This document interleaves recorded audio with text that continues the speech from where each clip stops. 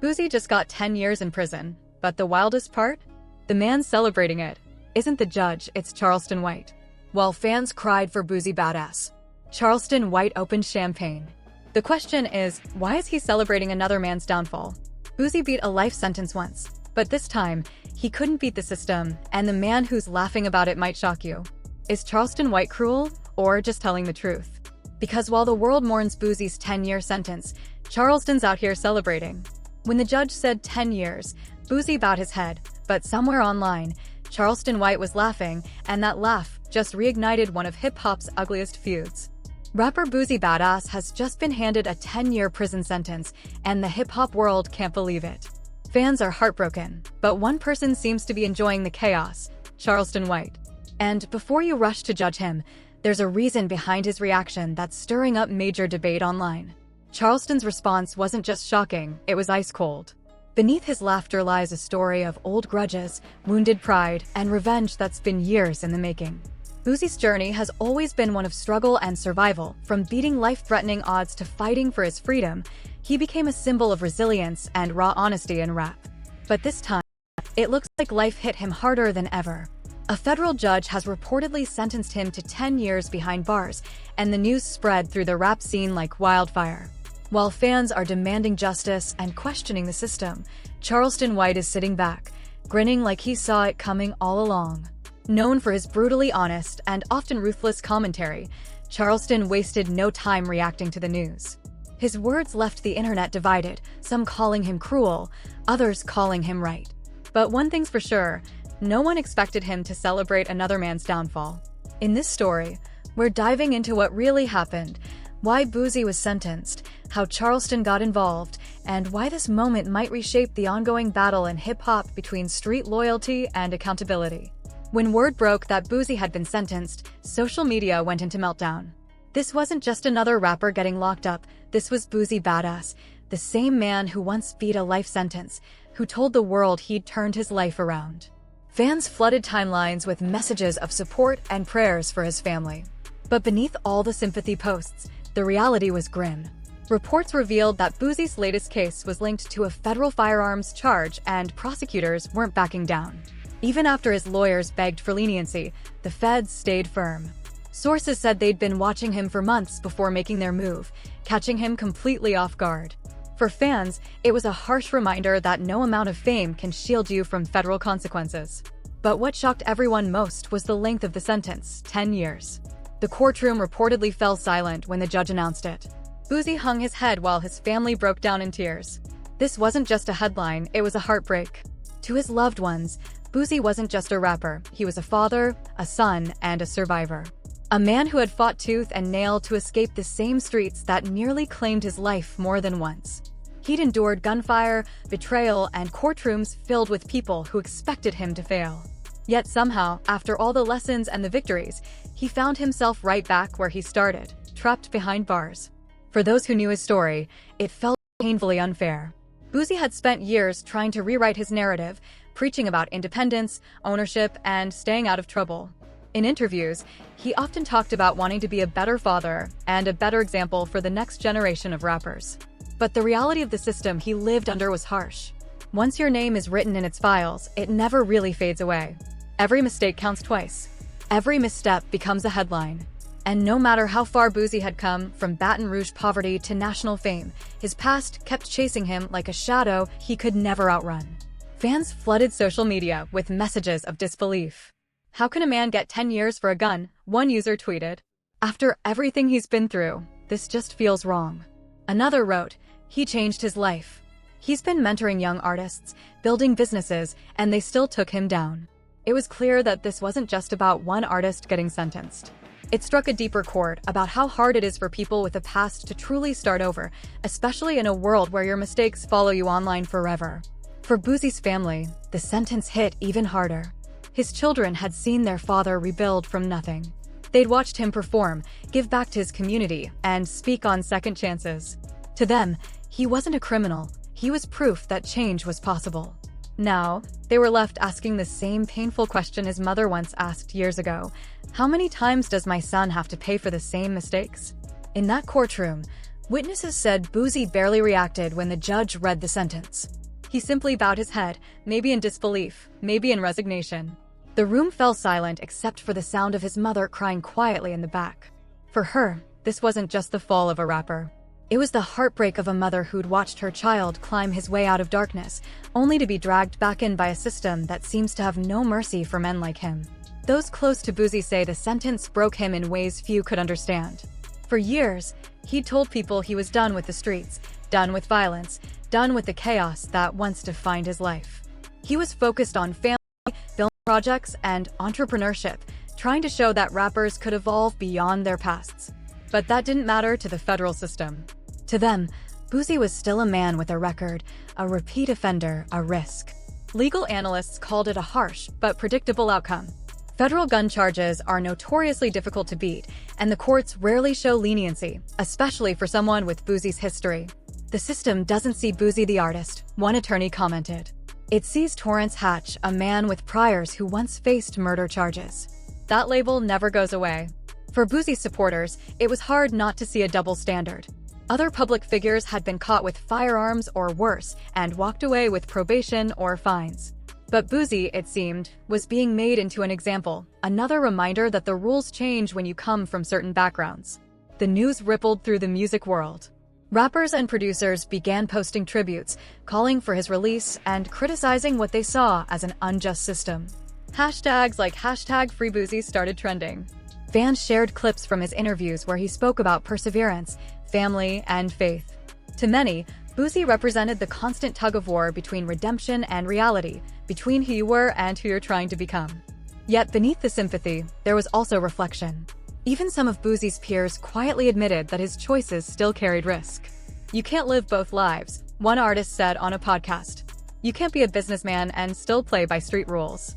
At some point, something's gotta give." And that's what made this moment so tragic. Boosie wasn't just another rapper with legal problems, he was a man torn between two worlds. The world that raised him and the world he was trying to build. Those close to him say he'd often talk about how much the streets had taken from him: friends, freedom, peace. But the pull was always there.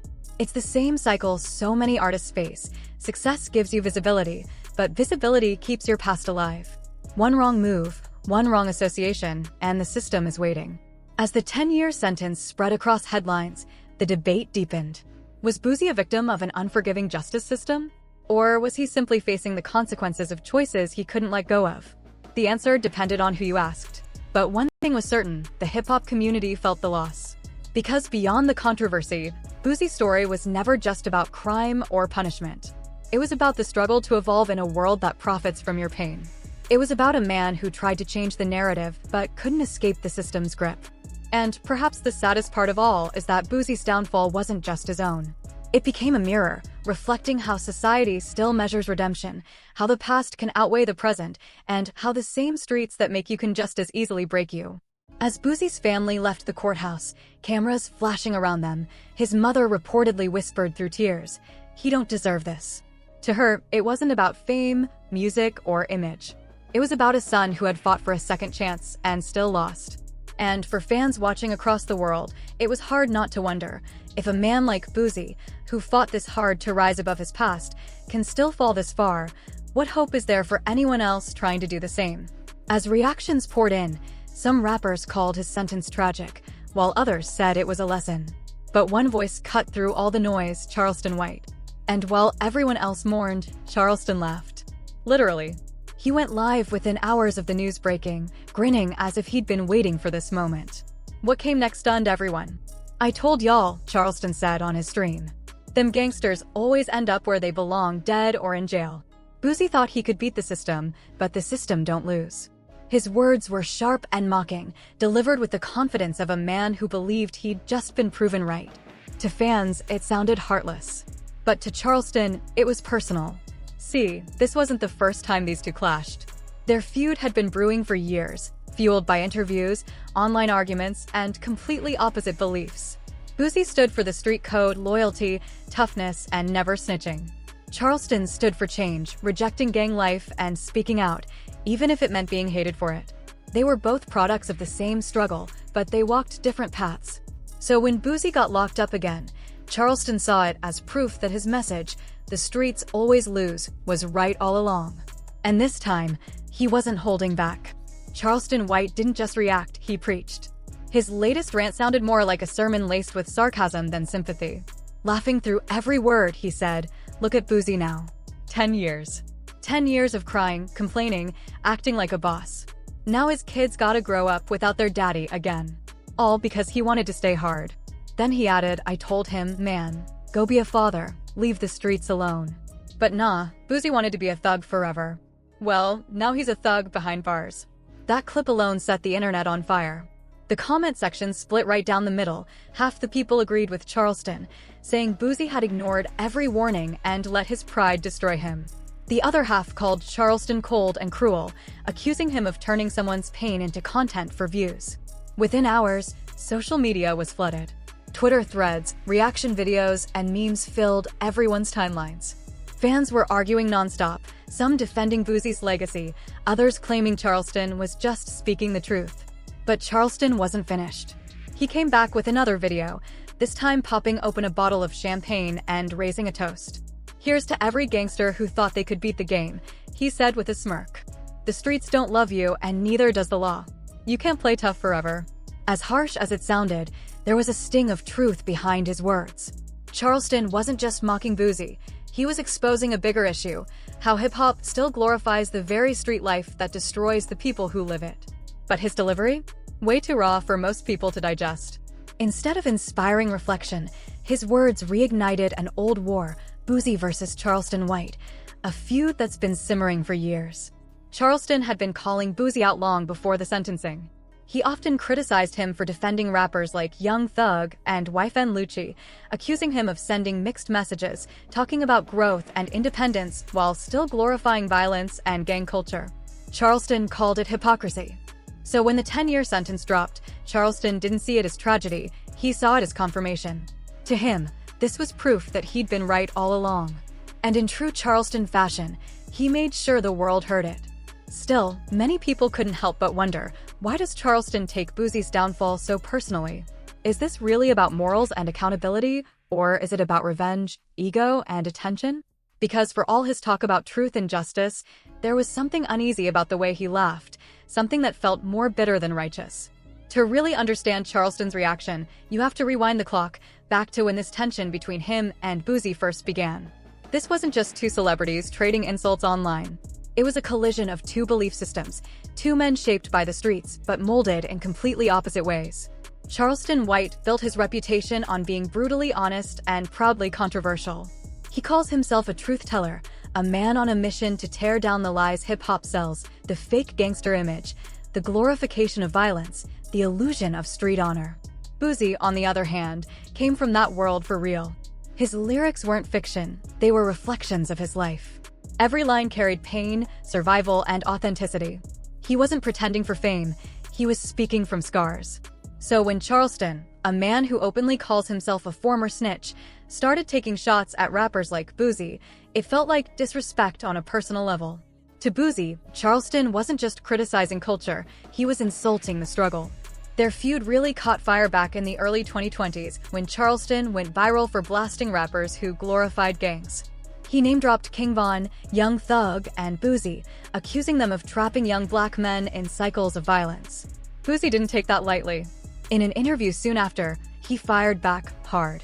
His words sent social media into chaos, setting the stage for a clash that would only grow more personal with time. When Boosie finally fired back, he didn't hold back any punches. He called Charleston a clown, a government snitch, and a man who disrespected every real person who ever stood up for the streets. That interview was the spark that lit the fire. From that moment on, Charleston seemed to make it his life's mission to come after Boosie at every opportunity. Whenever Boosie did an interview, dropped new music, or even posted online, Charleston had something to say, and it was rarely kind. He mocked Boosie's parenting, made jokes about his legal issues, and even took shots at his career. Over and over, he told fans that Boosie's downfall was coming, that karma doesn't miss. In one of his most viral rants, Charleston sneered, "Boosie out here acting like he's the people's champ, but what's he really teaching? He tells folks to keep it real until they die or go to jail. How's that helping anybody?" "That ain't gangster, that's ignorance." Those words cut deep. And behind the scenes, people close to Boosie said he was furious. He believed Charleston wasn't trying to uplift the community. He was profiting off disrespect, using Boosie's name to get attention while tearing down the same culture they both came from. Boosie's frustration started to show. In interviews, you could see it in his eyes, the anger, the disappointment. He even hinted that if Charleston ever crossed his path in person, it wouldn't end peacefully.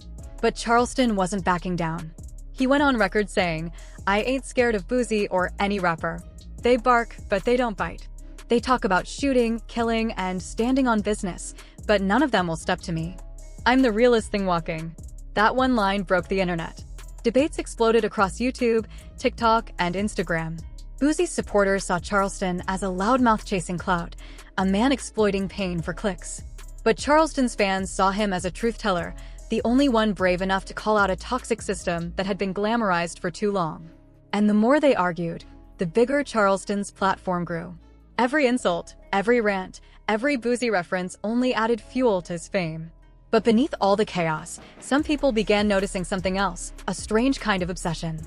Charleston wasn't just debating Boosie, he was fixated on him. Every time Boosie trended, Charleston found a way to jump into the conversation. Every new Boosie project, Charleston dissected it, criticizing everything from the lyrics to the lifestyle behind them. It started to feel less like a rivalry and more like a personal crusade. Deep down, Charleston wanted to prove a point, that the street code Boosie stood for was dead, that it only ever led to two endings, prison or death. So when news broke about Boosie's 10-year sentence, Charleston treated it as proof he'd been right all along. But even people who supported his message agreed this time, he went too far. Because celebrating a man's downfall, especially one with kids and a family, felt cruel no matter how righteous your intentions are. Charleston didn't care. He fired back at his critics, saying, "If y'all care so much about Boosie, go visit him in prison. Write him a letter. Me? I'm celebrating a win for the message. I told him this life only ends two ways." He didn't listen. That's not on me.